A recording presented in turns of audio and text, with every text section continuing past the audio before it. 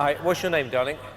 My name is Susan Boyle. Susan Boyle was born on April 1st, 1961, at Bangor Village Hospital in West Lothian, Scotland, the youngest of 9 children in a working-class Catholic family living in Blackburn, a town made up of closely knit villages where everyone knew each other. Her mother, Bridget, was 47 at the time, an age considered high risk for pregnancy in the early 1960s, and doctors warned of possible complications. But Bridget refused to give up the child she believed was meant to be born. The family home was modest, finances were tight, and Susan arrived into a household already stretched thin by responsibility and hardship. From the beginning, she sensed she was different, not only because of the age gap between her and her siblings, but because of the quiet way she experienced the world, absorbing far more than she could easily express. A feeling that would follow her throughout childhood and into adulthood. Growing up, feeling misunderstood. Susan's early years were shaped by misunderstanding rather than cruelty, though the impact was deeply painful. Complications during birth led doctors to suggest she had suffered mild brain damage, a diagnosis that followed her into school and shaped how teachers and classmates treated her. She struggled with confidence and concentration, not because she lacked intelligence, but because no one knew how to support a child who processed the world differently. Susan was shy, sensitive, and prone to anxiety, and her epilepsy, which caused occasional fainting spells, made her an easy target for teasing. At home, her father Patrick, a World War II veteran, carried the emotional weight of trauma he never learned how to process, and while Susan later spoke of loving him deeply, his unpredictable anger created an atmosphere of fear that made her retreat further into herself, learning early on to survive by staying quiet. Schoolyard silence and inner strength school offered little refuge, as Susan endured years of bullying that reinforced the belief that she did not belong. Teachers, unequipped and sometimes harsh by modern standards, misunderstood her learning style, and discipline often replaced patience. Classmates mocked her speech and mannerisms, giving her cruel nicknames that lingered in her memory long after childhood ended.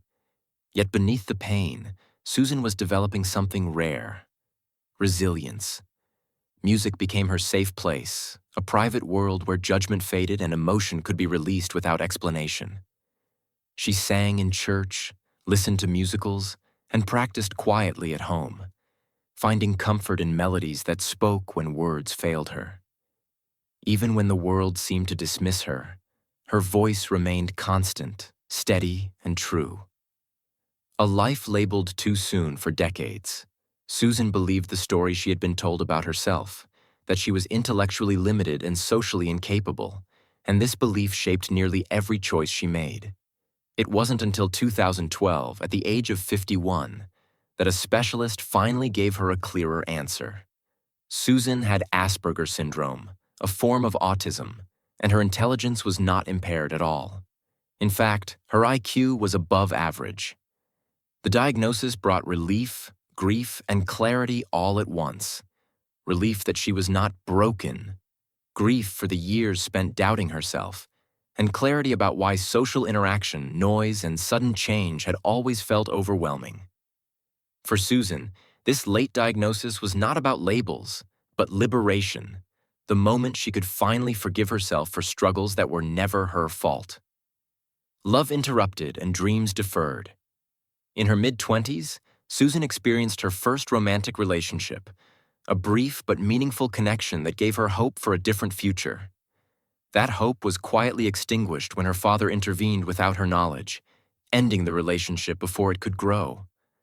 The loss left a deep mark, teaching Susan that love could disappear without warning and reinforcing her instinct to protect herself from further heartbreak. As her siblings married, moved away, and built lives of their own, Susan stayed behind, becoming the primary caregiver for her aging parents, a role she embraced with devotion but one that slowly narrowed her world. Her own ambitions were set aside, not out of resentment, but responsibility. Caring for family, carrying quiet dreams. Susan spent years caring for her mother, Bridget, especially after her father's death, building a life defined by routine, duty, and quiet endurance. Music remained present but secondary, woven into daily life through church performances and private practice rather than public stages. In the late 1990s, she took tentative steps towards sharing her voice more widely, recording songs for charity and sending demo tapes to record labels, efforts that went unanswered but not unnoticed by those close to her. When her beloved sister Kathleen, her strongest supporter, died suddenly in 2000, Susan was devastated, retreating from music altogether for nearly 2 years as grief settled heavily over her life. Loss, isolation, and a promise. Kept after her mother's death in 2007, Susan's world grew painfully quiet. She withdrew from social life, rarely leaving the family home in Blackburn, grieving the loss of the person who had believed in her most. For nearly 2 years, music fell silent, and neighbors worried as curtains stayed closed and days passed without visitors. Yet even in this isolation, a promise lingered, one she had made to her mother: to use her gift. In 2008, Susan gathered the courage to audition for Britain's Got Talent, not seeking fame but closure, proof to herself that her voice mattered, no matter the outcome. The audition that changed everything. On April 11, 2009, Susan Boyle walked onto the stage in Glasgow. An unassuming figure met with skepticism and whispered laughter, a moment that would later become a cultural turning point. When she sang "I Dreamed a Dream" from Les Miserables, the room transformed, judgment dissolved into awe, and millions around the world witnessed the power of underestimation being overturned in real time. The performance went viral, spreading across continents in days, touching people not because it was perfect, but because it was honest. Susan's voice carried years of longing, resilience, and quiet hope, and the world listened. Fame, pressure, and learning balance. Overnight fame brought opportunity and strain in equal measure. Susan navigated global attention, interviews, tours, and expectations while still learning how to protect her mental and emotional health. After finishing second on Britain's Got Talent, she took time to recover from exhaustion, supported by family and professionals who recognized the intensity of her sudden transformation from private citizen to public figure. Rather than retreat, Susan returned on her own terms, performing on tour and releasing her debut album "I Dreamed a Dream," which shattered sales records and introduced her voice to millions more. Success without losing herself. Susan's success was extraordinary, but her lifestyle remained simple. She stayed in her hometown, bought the house she grew up in, and avoided extravagance, preferring security over spectacle. Music brought her financial stability, but it also brought challenges, particularly within her family, as expectations and misunderstandings arose around money and boundaries. Susan gave generously, often to her own detriment, learning through experience that kindness without limits can sometimes deepen wounds rather than heal them. Health, healing, and late-blooming joy. In her early 50s, Susan faced new challenges, including a diagnosis of type 2 diabetes, which prompted lasting lifestyle changes, and later, the discovery of autism, which reshaped her understanding of herself. In 2014, she experienced her first romantic relationship, a gentle and affirming moment that symbolized how life can still surprise us, no matter our age or past.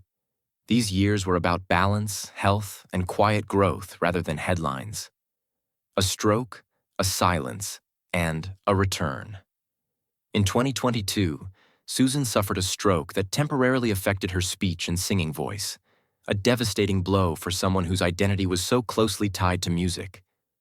Recovery was slow and demanding, marked by therapy, patience, and determination. But Susan approached it with the same resilience that had carried her through childhood and fame. In 2023, she returned to the Britain's Got Talent stage, her performance a testament not to perfection, but perseverance.